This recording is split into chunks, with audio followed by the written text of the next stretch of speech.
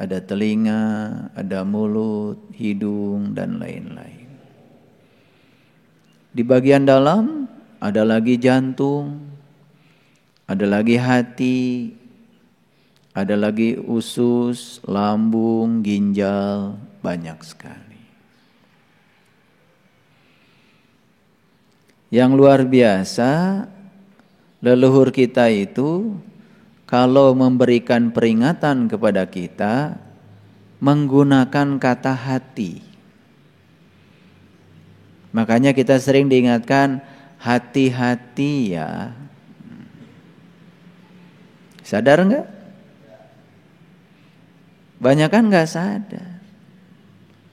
Kalau saya dari kecil udah nanya, kenapa ya tidak kaki-kaki ya?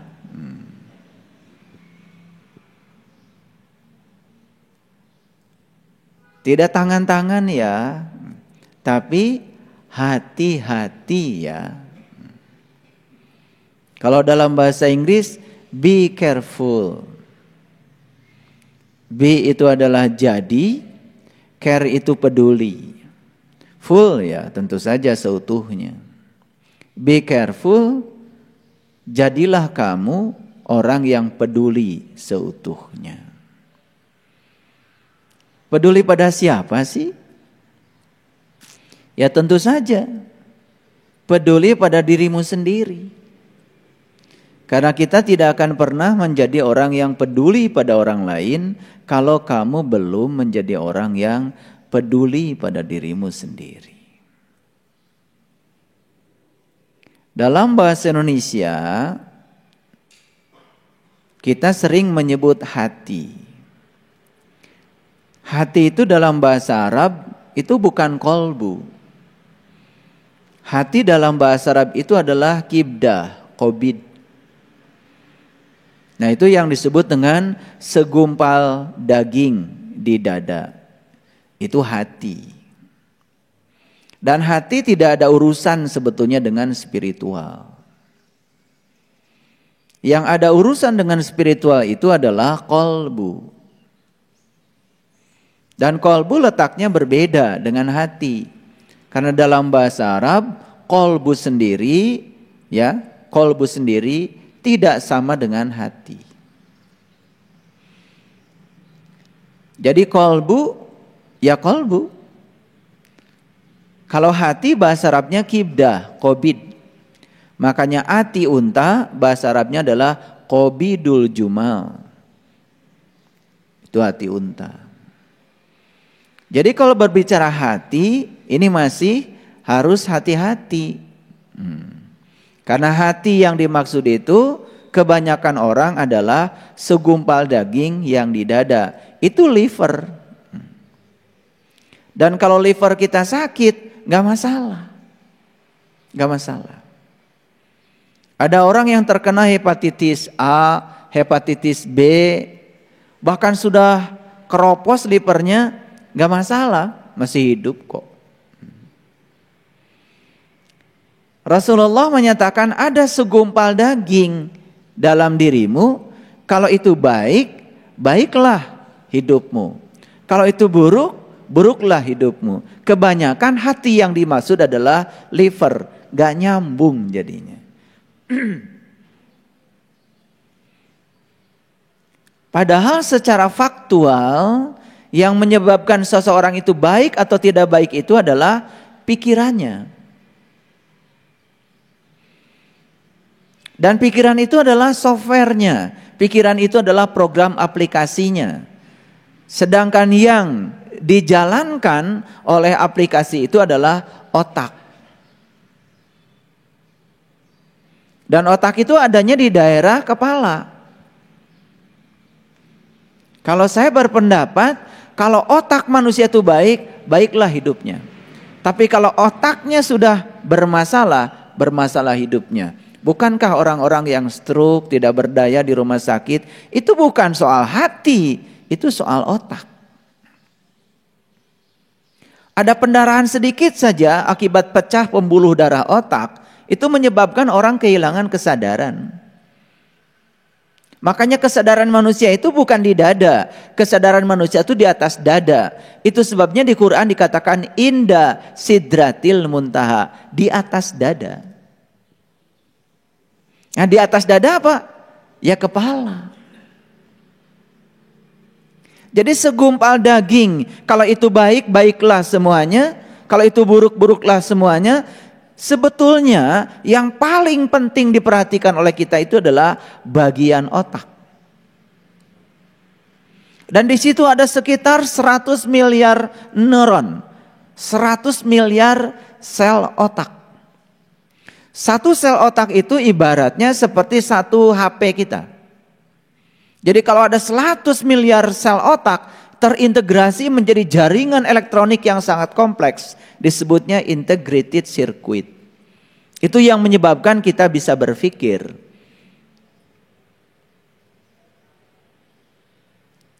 Oleh karena itu maka qalbu dalam terminologi spiritual, sebagaimana yang dijelaskan dalam hadis qudsi, langit dan bumi tidak akan cukup menampung zatku, tapi qalbunya orang yang beriman itulah rumahku. Jadi qalbu itu dideklarasikan oleh Allah sendiri sebagai rumahnya Allah. Jadi rumah Allah bukan hati. Rumah Allah itu qalbu. Tetapi qalbu sering disamakan dengan hati. Nah, itu harus dipahami. Makanya keluarlah hati-hati. Hati-hati ya di jalan. Tuh. Hati-hati ya kalau kamu bekerja. Jadi kata hati-hati sering digunakan untuk mengingatkan kita. Kenapa tidak kaki-kaki, tidak tangan-tangan, tidak kuping-kuping, tidak mata-mata, tapi hati-hati. Karena hati ada urusan dengan rasa. Hati yang saya maksud bukan hati liver, tapi hati yang berhubungan dengan qalbu. Karena kalau diganti sekarang jadi, mau kemana kamu? Mau jalan-jalan qalbu-qalbu ya?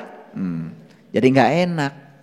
Tetap saja gak apa-apa pakai hati-hati, tapi yang dimaksud adalah sadar, eling, waspada. Nah kenapa memperingatkan orang supaya waspada, kok pakainya hati-hati. Nah hati yang dimaksud di sini oleh para leluhur kita bukan hati yang liver, tetapi hati ya yang merupakan pusat kesadarannya manusia. Artinya dimanapun, kapanpun kamu harus selalu sadar, eling lan waspodo. Eling dan selalu waspada. Itu. Kenapa? Karena yang bisa mengingat Allah itu cuma qalbu. Sekali lagi, yang bisa mengingat Allah itu cuma qalbu. Allah itu meliputi seluruh organ tubuh kita, meliputi seluruh sel dalam tubuh kita, tetapi yang bisa mengingat Allah itu hanya qalbu. Itu sebabnya di Quran ada kata-kata ya ayyuhallazina amanu wa tatmainu qulubuhum bizikrillah. Hai orang-orang yang beriman, siapa orang yang beriman? Orang yang sudah melek kalbunya, orang yang sudah terbuka mata kalbunya, orang yang sudah sadar, yang sudah eling, sudah waspada, sudah mampu menyaksikan jati dirinya, maka dikatakan di Quran sebagai orang yang beriman. Ya ayyuhallazina amanu wa tatmainu qulubuhum bizikrillah. Hai orang-orang yang beriman, ya, tentramlah qalbumu ketika kamu mengingat Allah. Jadi qalbu itu baru tentram ketika qalbu ini sudah bisa mengingat Allah. Bahkan dilanjutkan di ayat selanjutnya, ala bizikrillahi tatmainul qulub. Hanya dengan mengingat Allah, qalbumu menjadi tentram. Jadi nggak ada cara lain. Cara supaya qalbu tentram itu cuma satu. Hanya, only, just. Hanya dengan mengingat Allah, kolbumu akan tentram. Jadi kalau ingin tentram kolbu, cuma satu caranya. Hanya dengan mengingat Allah. Dan ingat itu ada syaratnya. Syarat saya ingat tentu saja harus tahu yang diingat. Nah dalam bahasa Quran, kolbu itu disebut masy'aril haram. Karena di Quran ya surat Al-Baqarah 198 dikatakan fa iza afadtu min Arafah fazkurullah indal mas'aril haram. Apabila kamu sudah mengenal Allah, Arafah. Apabila kamu sudah mengenal Allah, maka ciri orang yang sudah mengenal Allah, maka dia bisa fazkurullah. Dia bisa mengingat kepada Allah. Di mana mengingatnya? Indal mas'aril haram.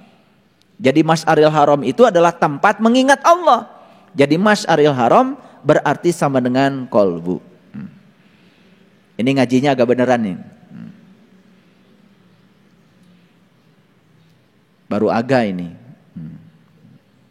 Konsentrasi sedikit. Jangan ditelan mentah-mentah, dikunyah-kunyah. Supaya tidak keselak. Supaya lambungnya gak sakit. Makanya dikunyah-kunyah dulu. Baru ditelan. Jangan ditelan mentah-mentah. Itu sebabnya manusia diberi dua perangkat. Satu pikiran, yang kedua kesadaran. Pikiran itu berhubungan dengan logika, kesadaran berhubungan dengan rasa. Terlalu intelektual, berbahaya. Tetapi terlalu perasa juga berbahaya. Makanya kalau terlalu perasa, dikit-dikit sedih, dikit-dikit meneteskan air mata. Begitu orang mengeluh langsung terenyuh. Hati-hati itu. Kalau terlalu perasa, berikutnya kita akan menjadi orang bodoh baik hati. Nah orang bodoh baik hati itu ya saking perasa dia ikuti perasaannya. Sampai dia mengorbankan dirinya, melupakan dirinya karena terlarut dalam rasa. Hati-hati itu. Itu namanya orang bodoh baik hati. Makanya kalau mau baik hati jangan jadi orang bodoh. Baik hati yang sebenarnya itu hanya bisa dilakukan oleh orang yang cerdas, bukan pinter.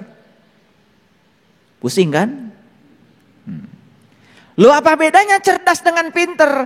Orang pinter belum tentu cerdas, orang cerdas pasti pinter. Karena cerdas itu berhubungan dengan kesadaran. Kalau pinter berhubungan dengan intelektualitas. Lulusan perguruan tinggi kebanyakan pinter, tapi nggak cerdas. Buktinya apa? Banyak orang pinter korupsi. Banyak orang pinter nyakitin orang. Banyak orang pinter mementingkan kepentingan diri. Lupa pada orang lain. Itu pinter. Tapi pinternya gak pakai sarung. Pinternya itu gak ada kerangkanya. Karena dia tidak punya kesadaran. Tidak punya kecerdasan. Intelektualitasnya tinggi, tetapi spiritualitasnya rendah. Ngerti gak ini saya ngomong?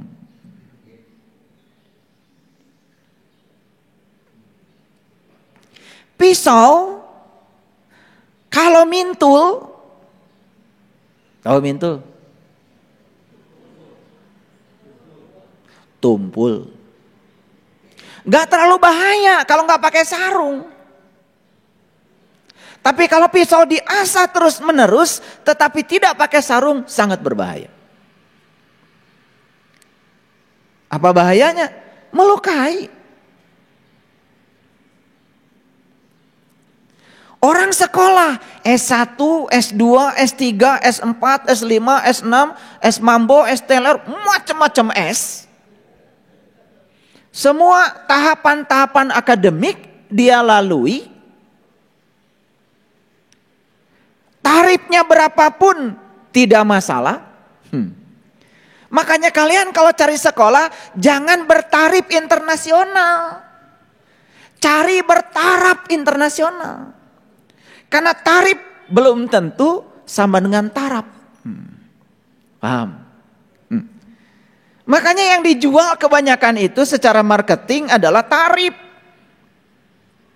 Masyarakat tertipu. Dikiranya kalau tarifnya tinggi, tarafnya bagus. Belum tentu. Tarifnya mungkin internasional, tapi tarafnya mungkin lokal. Kan kita awam tentang pendidikan. Diasah terus intelektualnya. Jadi pinter, gak pakai sarung. Keblinger. Makanya pinter itu harus disertai sarungnya.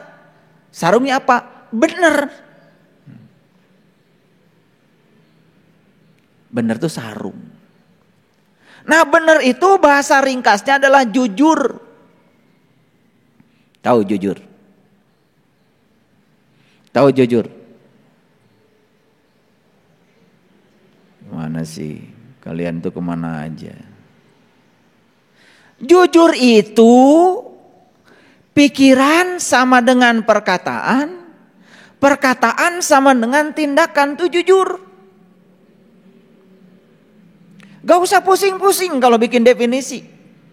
Ringkas, singkat, ada isinya, ada nutrisinya. Itu baru benar. Ngerti sekarang jujur? Apa jujur? Ulangi lagi. Pikiran sama dengan perkataan, perkataan sama dengan perbuatan. Jujur namanya. Orang yang pikirannya tidak sama dengan perkataannya, ya itu namanya nggak jujur. Gitu aja kok. Kira-kira kalian termasuk orang jujur atau tidak? Sedang-sedang ya. Mungkin gadis jujur. Sedang-sedang ya. Luar biasa. Sedang-sedang itu artinya gandul. Tahu gandul? Makanya gandul oleh orang Jawa itu disayur. Begitu sudah disayur, namanya jadi jangan. Makanya sayur gandul, artinya jangan gandul. Itu yang bilang tadi sedang-sedang itu gandul itu.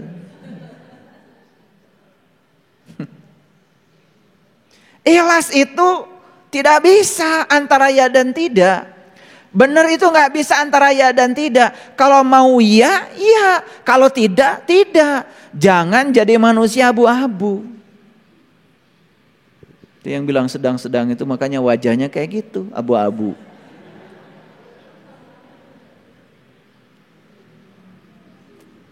Jujur sedang-sedang. Gimana ngukurnya?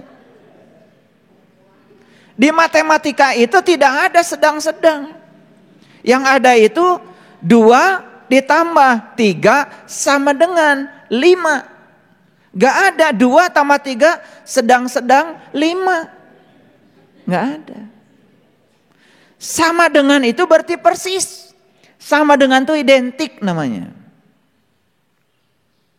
Nah orang yang sudah sama pikirannya, sama dengan perkataannya, sama dengan tindakannya, itulah orang yang dalam kehidupannya tidak akan pernah kena bencana. Itu orang yang dalam kehidupan tidak akan pernah kena musibah, nggak pernah. Ngerti maksud saya? Ada Pak, tetangga saya pikirannya, kata-katanya, perbuatannya selalu sama. Jujurnya luar biasa. Tetapi hidupnya menderita. Hati-hati. Kamu melihat dari luar penderitaannya. Tidak terkena musibah bukan berarti selalu punya duit. Tidak terkena musibah bukan berarti selalu sehat. Tidak terkena musibah bukan berarti tidak ada kejadian apapun yang membuat dirinya tidak enak, bukan. Cara pandang dia terhadap apapun sudah selesai. Musibah dan tidak musibah itu kan judul yang dibikin oleh kamu sendiri. Ini disebut musibah, ini disebut berkah, bukan peristiwanya. Caramu memandang peristiwa, itu yang namanya musibah atau berkah. Paham? Atau belum ngerti?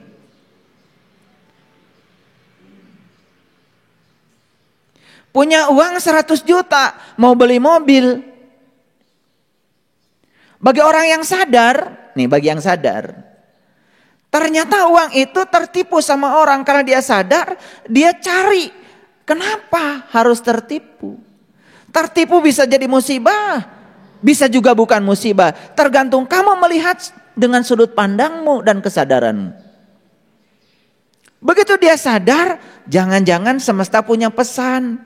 Kalau saya jadi beli mobil, ya saya juga nggak tahu apa yang akan terjadi dengan mobil saya. Mungkin kecelakaan lalu lintas atau yang lain-lain. Dia melihat hilangnya uang 100 juta bukan sebagai kehilangan, tapi sebagai cara semesta menyelamatkan dirinya. Kan bukan musibah. Saya tanya, uangnya tetap hilang? Ya tetap hilang, tapi dia tidak merasa kehilangan. Musibah itu bukan hilang uang, merasa kehilangan uang itu musibah. Paham? Musibah itu bukan kekurangan, perasaan tidak berkecukupan dalam diri, itu musibah yang paling besar.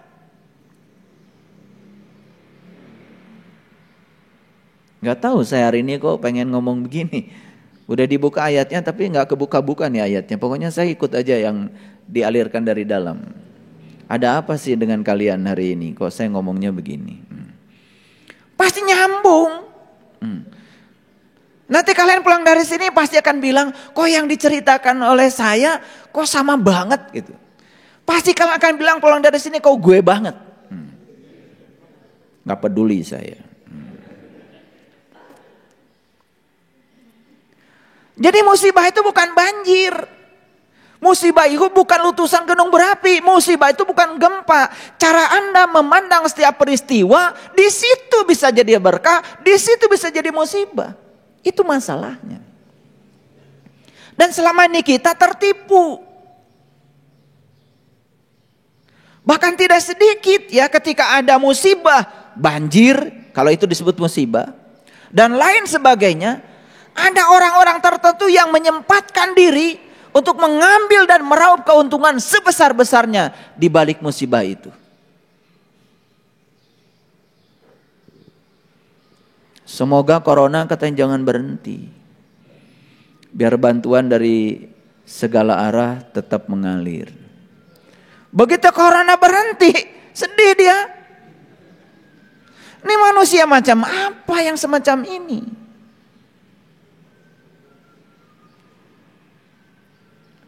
Paham? Kembali lagi. Jadi kenapa kita sering diingatkan dengan kata hati-hati? Kalian tuh kalau ngomong kadang-kadang gak sadar. Anak mau pergi ke sekolah ngomong, hati-hati anak. Cuma gitu aja. Gak pernah kata-kata yang diucapkan itu dipertanggungjawabkan, diselami. Harusnya setelah ngomong begitu, kenapa leluhur kita kalau mengingatkan kita, kok pakaiannya hati-hati? Kalau saya udah nanya pada diri saya, kenapa gak tangan-tangan? Ayah, bunda, saya mau pergi ke sekolah, kaki-kaki ya ayah. Ada gak begitu? Lah kenapa pakai hati-hati? Ini ada urusan dengan iman, ini ada urusan dengan rasa. Itu sebabnya logika dan rasa harus dalam keadaan seimbang. Terlalu logika tidak bagus, terlalu perasa juga tidak bagus. Yang bagus, nah ini cocok. Sedang saja. Kalian jujur bilang sedang-sedang saja gimana sih? Makanya ikhlas itu dalam bahasa sains harus terkuantisasi. Makanya ada yang namanya kuantum ikhlas. Kuantum itu kuanta itu paket. Supaya enggak pusing jelaskan paket gini. Nah kita ini mau berbagi nih Idul Adha. Ditetapkan oleh panitia satu paket sembako 150.000. Nah kalian kalau mau nyumbang 1 paket, 2 paket, 3 paket, 4 paket, itu namanya terkuantisasi. Gak boleh nyumbang, saya nyumbang 1/3 paket, pusing panitia. Tadi maksudnya? Supaya jelas ini, karena berhubungan dengan apa yang sedang berjalan di WA grup kita, maka saya ngomongnya pakai yang faktual. Saya mau ikut nyumbang nih buat Idul Adha, berapa? 1/5 paket, bingung. Karena 1 paket itu isinya udah jelas. Beras berapa kilo, Indomie berapa bungkus, mie berapa. Kan bingung, jangan musingin panitia. Kalau 1/5 paket emang minyak mau dibagi 1/5 gitu. Gimana nggak bungkus? Nah itu sebabnya kalau 1 paket, 2 paket, 3 paket, 4 paket. Ada yang sampai 100 paket tuh. Itu namanya terkuantisasi. Itu yang disebut dengan bilangan bulat dikalikan paket. Itu terkuantisasi. Ternyata di dalam atom tubuh kita itu ada yang namanya elektron. Elektron dalam tubuh kita itu selalu terkuantisasi. Tidak pernah ada 1/2 elektron. 1 elektron, 2 elektron, 3 elektron, 4 elektron. Begitu. Jadi alam juga sudah mengajarkan kuantisasi. Nih cahaya yang datang kepada kita ini ya. Ini 1 paket energinya sama dengan konstanta Planck dikalikan frekuensi. Itu 1 paket, H dikalikan F. Itu paket energi, namanya paket energi cahaya. Ternyata cahaya yang datang kepada kita tidak pernah setengah paket. 1/2 paket, selalu 1 paket, 2 paket, 3 paket. Itu namanya terkuantisasi. Itu lahirlah yang namanya fisika kuantum. Semuanya terkuantisasi. Itu sebabnya jangan khawatir. Walaupun Bapak Ibu beda 1 digit nomor teleponnya dengan saya, tidak akan ada WA yang nyasar. Karena itu sudah 1 paket. Nah inilah kita hidup di zaman kuantum fisik. Di zaman fisika kuantum. Semua sudah terkuantisasi. Ikhlas itu terkuantisasi. Makanya kalimat terkuantisasi dalam bahasa spiritual namanya la ilaha illallah. Keren. La ilaha itu artinya kosong. Illallah artinya 1. Tidak ada keadaan setengah, kosong atau 1. Kalau HP kita nih mati 0. Dihidupkan 1. Mati 0, hidupkan. Tidak pernah HP kita itu antara 0 dan 1. Kalau antara 0 dan 1 namanya error. Kalian punya HP ini ya, dihidupkan ya, dimatikan nggak bisa, dioperasikan juga nggak bisa. Namanya apa itu?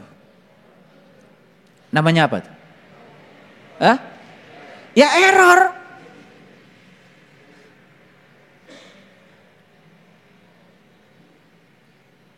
Nah error itu sering terjadi pada manusia. Nah kenapa error? Error itu karena di sini ada 1 jaringan yang terganggu. Dalam sirkuit ya, dalam integrated circuitnya itu ada 1 jaringan yang terganggu. Kalau 1 saja jaringan terganggu, mungkin saja kapasitornya, mungkin saja transistornya, mungkin saja resistornya, mungkin saja induktornya. 1 saja yang sakit membuat jaringan terganggu. Error namanya. Makanya kan manusia banyak yang error. Ada error fisiknya, ada error mentalnya, ada error spiritualnya. Makanya kalau lihat manusia ini error atau tidak, 3 jangan lupa. Lihat fisiknya, yang kedua lihat mentalnya, yang ketiga lihat spiritualnya. Gak bisa kita ngukur orang dari fisiknya saja. Fisik ini namanya miraga. Itu bisa di otak-atik kok. Betul nggak? Iya. Pakai bajunya branded, sepatunya branded. Ya. Tasnya branded, jilbabnya branded. Apakah orang ini error apa tidak? Gak bisa melihat error tidak error dari sisi fisik. Karena fisik itu bisa menipu. Jangan dikira loh, ada orang yang lemah lembut bicaranya, lemah lembut perilakunya. Padahal dalam kelembutan itu dia menyembunyikan kejahatannya. Dan orang yang kayak ini berbahaya. Karena apa? Banyak yang tertipu. Kalau ngomong lemah lembut kayak apa? Nah, padahal lemah lembut itu ya, itu bisa jadi untuk menutupi kejahatannya. Makanya jujur itu sebetulnya nggak bisa dilihat dari aspek fisik. Jujur itu harus tiga-tiganya. Makanya coba perhatikan, kalau orang tubuh fisiknya itu sakit, error, itu pasti ada yang error di dalam dirinya. Yang error pertama adalah jiwanya, yang error kedua adalah mentalnya. Saya juga heran. Banyak orang yang bergerak di bidang jiwa. Maaf ya. Kan ada yang namanya rumah sakit jiwa.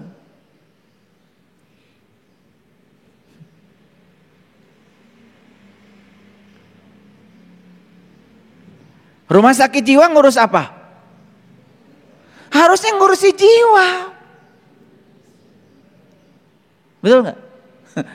Yang diurus apa? Yang diurus orang gila.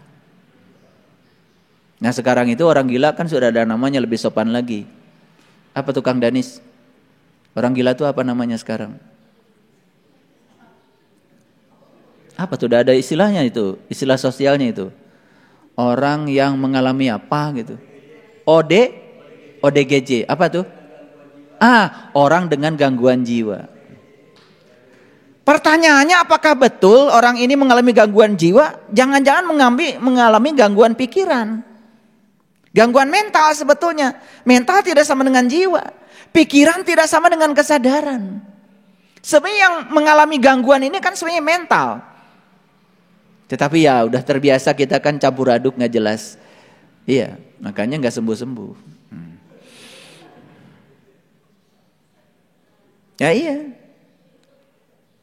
Gangguan mental larinya ke saraf. Sarafnya tegang. Supaya sarafnya gak tegang, suntik saja pakai obat psikotropik. Begitu disuntik kan otak tegangnya jadi kendur. Begitu kendur, nah lumayan errornya berkurang. Tetapi begitu obat tidak diberikan, tegang lagi. Tegang lagi. Kenapa? Yang disembuhkan sebenarnya bukan sumber awalnya. Yang ditreatment adalah akhirnya. Paham? Itu sebabnya kalau kalian sakit fisik, yang disembuhkan itu adalah akhirnya dengan cara minum obat atau disuntik, apapun treatment kita, sebetulnya kita sedang menyembuhkan akibatnya. Sebabnya kan tidak pernah ditreatment. Apa yang terjadi? Ya penyakit itu akan tumbuh dan tumbuh lagi. Karena sebabnya nggak pernah dicari. Padahal sakit fisik itu jelas sebabnya ada masalah dengan jiwa, ada masalah dengan mental. Ada masalah dengan spiritual, ada masalah dengan pikiran. Itu sebetulnya. Nah itulah kita harus belajar tubuh ini secara holistik. Saya kasih tahu coba. Bisa nggak ngukur orang? Ini baik atau tidak? Bisa nggak? Bisa nggak ngukur orang dia tuh baik apa tidak? Bisa? Sulit. Ada yang mengatakan ngukur orang baik lihat saja selama hidupnya. Ada orang yang mengatakan cara mengukur orang baik lihat saja ketika matinya.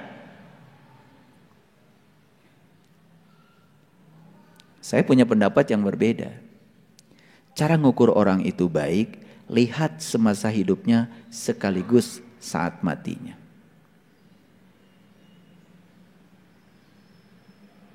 Kenapa? Karena itu satu rangkaian. Orang yang di dalam hidupnya penuh cinta kasih, peduli. Masa iya ketika dia mati orang gak datang? Betul gak? Gitu. Pastilah. Orang akan datang. Kenapa? Menyampaikan penghormatan terakhir. Karena dia merasakan keberadaan orang ini semasa hidupnya membawa berkah dan manfaat bagi orang banyak. Makanya mengukur kebaikan diri kita itu ketika kita hidup sekaligus ketika kita mati. Itu satu rangkaian. Gak bisa ketika hidup saja. Gak bisa juga ketika mati saja. Kenapa? Mungkin saja, mohon maaf, semasa hidupnya tidak berbuat baik apa-apa. Kebetulan ya ketika dia mati sedang menjabat jabatan tertentu. Datang juga itu lalat.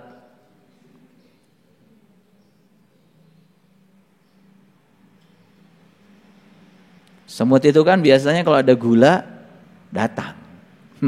Kebetulan saja dia sedang pegang gula. Mungkin nggak ada orang semacam menjabatnya itu dolim luar biasa ketika dia mati banyak yang datang? Mungkin. Makanya nggak bisa diputus itu. Rangkaian kebaikan itu hidup dan mati itu satu paket.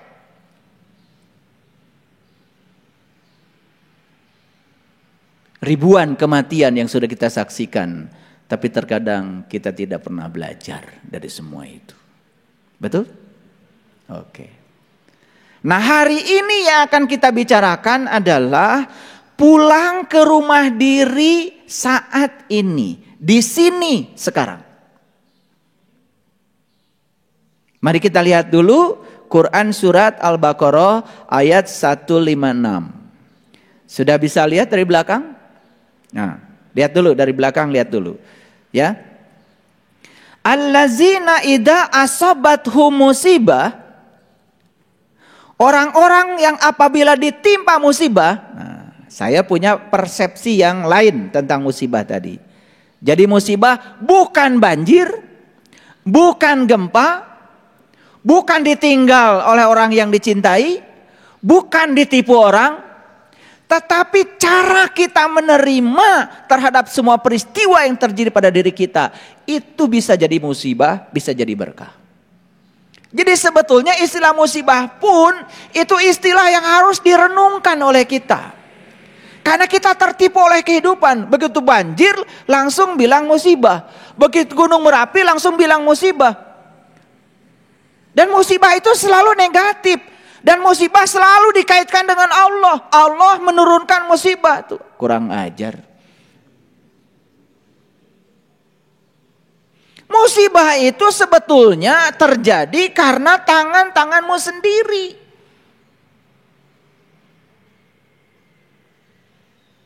Sekali lagi, pahami saya.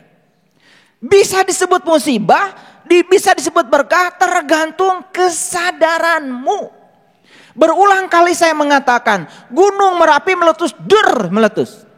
Orang yang mau panen hari ini gak jadi panen karena apa? Mati seluruh pohonnya tertimbun oleh debu. Karena ada yang terampas dari dirinya, dia bilang itu musibah saat ini. 5-6 tahun yang akan datang dia nanam cabai subur, nanam jagung subur, nanam pisang subur. 6 tahun yang akan datang dia ganti judulnya jadi berkah. Terima kasih Gunung Merapi karena kamu meletus, sekarang semua unsur-unsur mineral di kebun saya lengkap lagi sehingga pisang gede-gede, singkong gede-gede. Dia ganti judul jadi apa? Apa kata Tuhan? Lu bilang dulu musibah, lu sekarang bilang berkah. Begitu ada yang terampas dari dirimu dibilang musibah. Begitu ada yang datang padamu diselung berkah. Semua yang judul-judul kamu buat, itu adalah buatanmu sendiri. Bagiku semua yang terjadi adalah kebenaran. Ini soal sudut pandang. Nah, oleh karena itu ya, saya ingin mengatakan kepada kita semua ya, bahwa musibah atau berkah tergantung cara Anda memandang, tergantung pengetahuan Anda, tergantung kesadaran yang Anda miliki. Bagi seseorang mungkin musibah, bagi orang lain bisa berkah. Bagi Allah semuanya sama. Itu adalah kebenaran.